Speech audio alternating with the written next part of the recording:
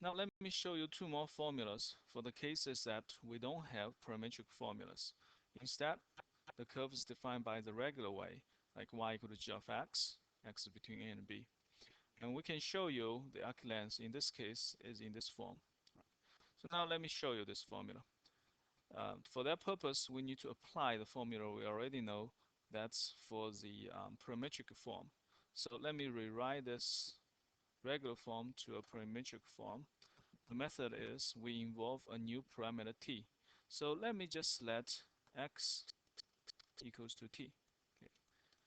Then I need to express y by t, and this case is easy because y is g of x and x is equal to t, so y is equal to gt.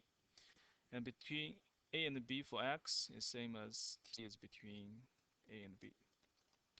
So now the arc length, we can directly use our formula and to go from a to b square root of f prime t square plus g prime t square dt. And in this case, we notice that our f is equal to t and our g is equal to gt, right? So this is equal to integral from a to b f prime is equal to t prime square, and g prime is still g prime t square dt. So we know that t prime with respect to t is 1. So it is 1 square plus g prime square dt. And finally, because t is exactly same to x, right, as we define, so we replace every t by x. So it is 1 square is 1, g prime x square dx.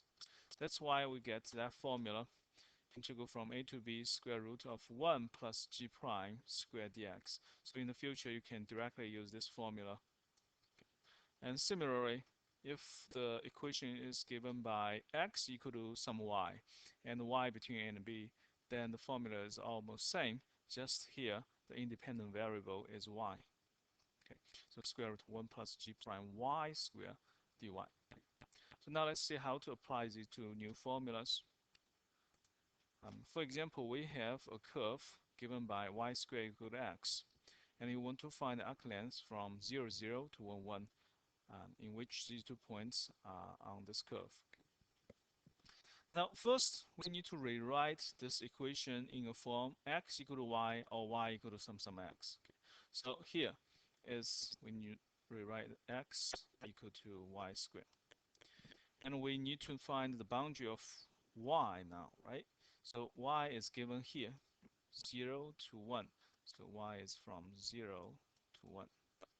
So now we can directly apply the second formula we just got, that L is equal to integral from 0 to 1 square root. The first term is always 1 plus. So now the derivative is y, we need to derivative to y square, and this is our gy, right? So it is y square prime, then square, then dy. Okay. So y square prime, we know that is equal to 2y.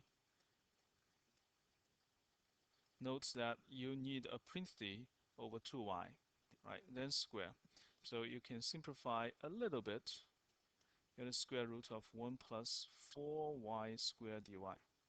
And for such integral, you can always use T99 to find the definite integral. Okay, so if you pull out your T99, you put inside integral from 0 to 1 square root of 1 plus 4y squared dy, and the diamond enter will give you the numerical result. That's 1.479. So you write down, okay, 1 point, so it is 1.479. That's the result. Okay, so you just need to find a function and plug it inside. So this is not that hard.